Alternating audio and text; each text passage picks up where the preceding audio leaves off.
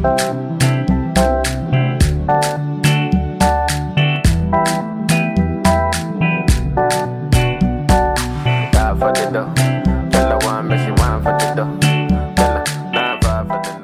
sure. My name's Ibukun Adebayo. I work at the London Stock Exchange, and I work in a team called the International Markets Unit, which is responsible for the LSE Strategy. So I look after LSE's Africa Strategy.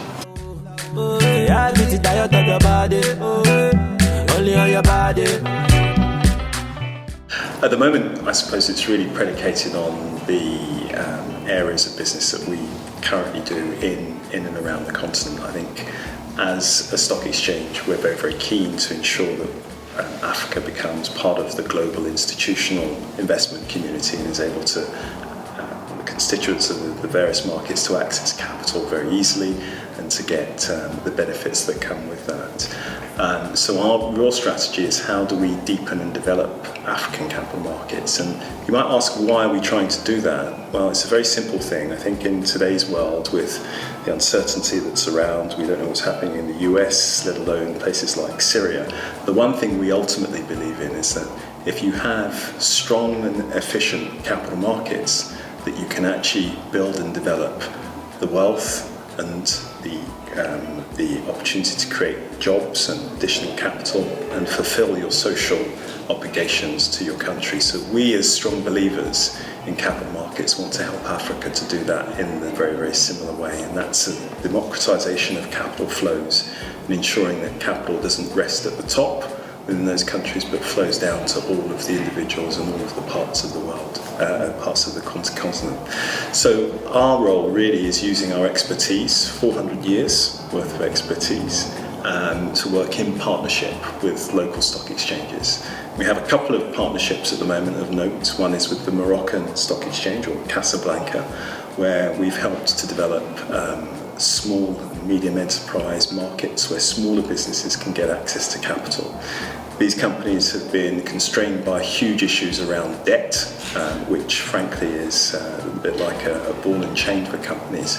Bringing equity investors into small and medium enterprises is absolutely important. It creates a form of partnership between the companies and the investors, as you don't have with debt. One of our initiatives in Nigeria is looking at helping Nigerian companies of all sizes to actually access the London market as well through a dual listing.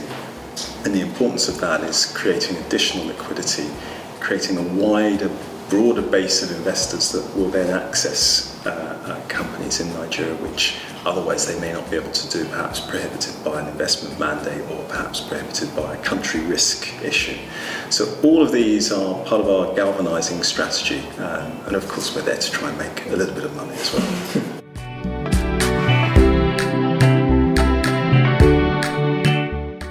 Yeah, we've had to adapt. I think one of the things we need to do is to ensure that whatever strategies and ideas we have are actually fit for Africa. There's very little point creating networks of efficiency that don't really pay to the continent.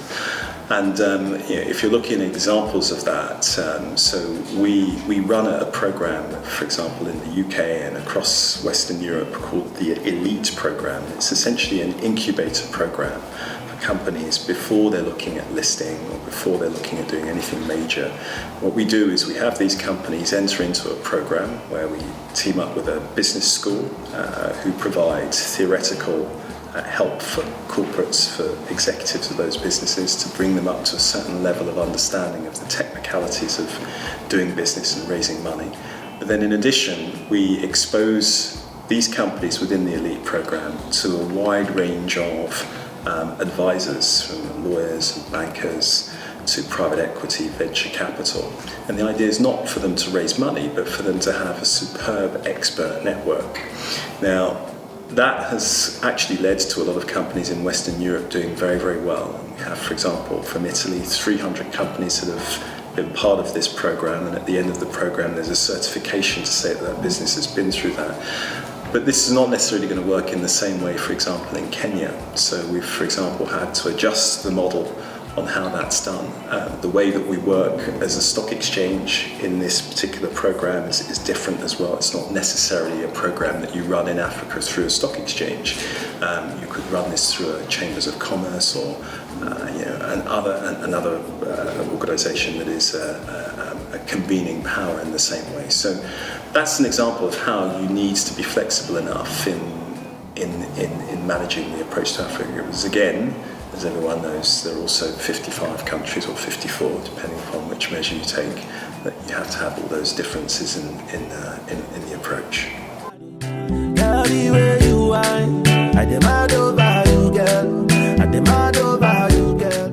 I think what's driving it is there's obviously this opportunity to take advantage of a low base with a higher potential growth trajectory. I think we have lots of opportunities with tech businesses who are ultimately very scalable, very low initial capital input before driving out large revenues at the back end.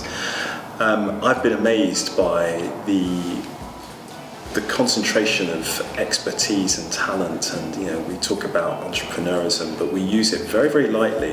It's a common term, but actually it's imbibed within the DNA of a lot of people across the continent. Resourcefulness has been there, so we will see these types of opportunities, not just from the Nigerias of this world either. Some of the best ideas I've seen on the technical side have come from countries like Burundi and Rwanda, based again on solving local problems with international expertise and defining new ideas and approaches.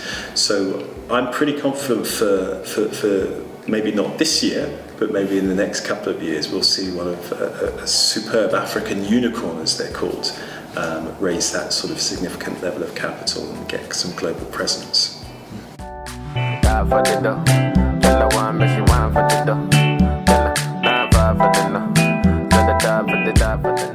I actually think, and at the risk of some controversy here, that the commodity issue, particularly on the oil price as well, is actually a bit of a blessing in disguise for many African countries. It's really given the opportunity for them to stand back and essentially take stock of what actually else the country is able to produce and indeed export overseas. And in Nigeria, you're seeing ultimately the desire now to develop the agricultural sector, which has been, should we say, suffering from lack of mechanisation, lack of direct strategy, and a lack of interest by the government. And although we don't want government involvement in day-to-day runnings, we need government to provide the enabling platforms and frameworks around legislation to help develop these sectors. And that's what's happening in every single African country right now that is linked to having a large commodity presence. So we hope that we can help as well with creating the finance necessary to allow those projects to develop. Just final question, what role do you think the diaspora can play in all of this, and what would you say to potential viewers, and how would you encourage them to get involved? Go back home. That's a bit That girl for the corner, there's somebody made a call.